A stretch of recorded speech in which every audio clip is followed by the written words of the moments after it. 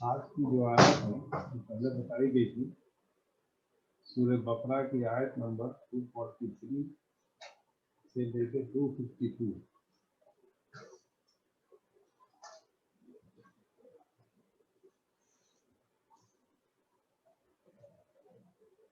اس میں اس کے بارے میں تھوڑا ڈیٹیل بریف فیکٹ ان آیتوں میں ہے کہ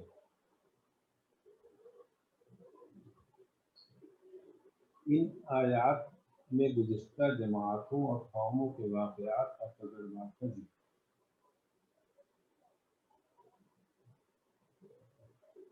قرآن اس امت کی زندہ کتاب ہے اور اس کا بہترین رہنما ہے۔ در حقیقت قرآن ہی درسگاہ ہے جس میں امت مسلمہ نے اپنی زندگی کے درس دیے تھے۔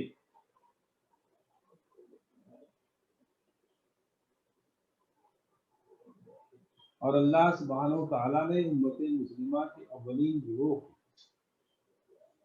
تربیت بھی فرمائی اور اسی قرآن کے ذریعے سے اسے اس عظیم رول کے لیے تیار کرنے کے بعد ہی سے اس رول کو اس سے وابستہ کیا۔ دراصل اللہ کا منشا یہ تھا اور رسول اللہ صلی اللہ علیہ وسلم کی وفات کے بعد قرآن باقی رہنے والا زندہ جاوید رہنما بنے۔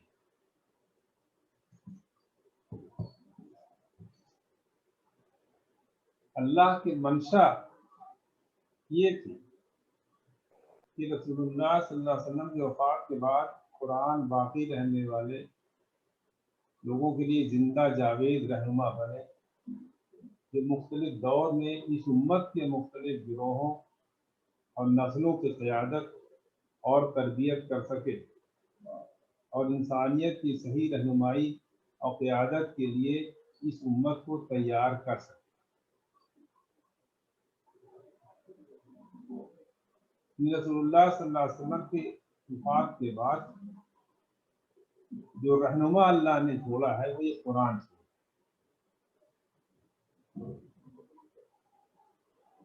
اور یہی قرآن اس امت کے مختلف گروہوں کی قیادت کرے اور یہی قرآن اس کی تربیت کرے اور انسانیت کی صحیح رہنمائی اور قیادت کے لیے اس امت کو تیار کر سکے۔ یہ پرپس تھا اللہ سبحانہ وتعالی۔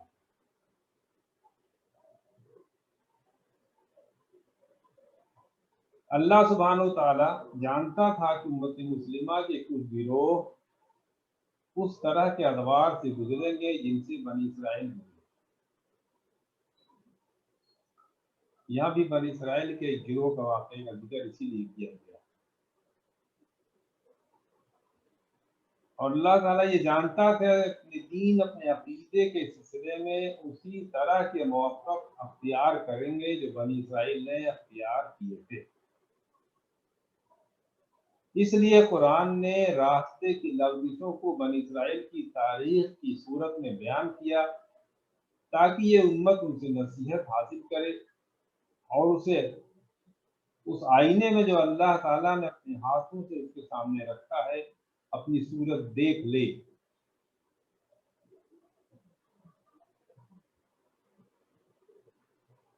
یہ قرآن اسی وقت ہمارے لیے سود مند ہو سکتا ہے جبکہ ہم اسے اس طرح پڑھیں کہ ہم آج کی آنے والے کل کی اپنی زندگی کے لیے اس سے اپنے لیے ہدایت کی جستجو کریں۔ جس طرح کی امت مسلمہ کا اولین گروہ قرآن کو ہاتھوں ہاتھ لیتا تھا اور اپنی زندگی میں رونما ہونے والے واقعات اور حالات کے لیے وہ اس سے تازہ و تازہ ہدایات حاصل کرتا تھا۔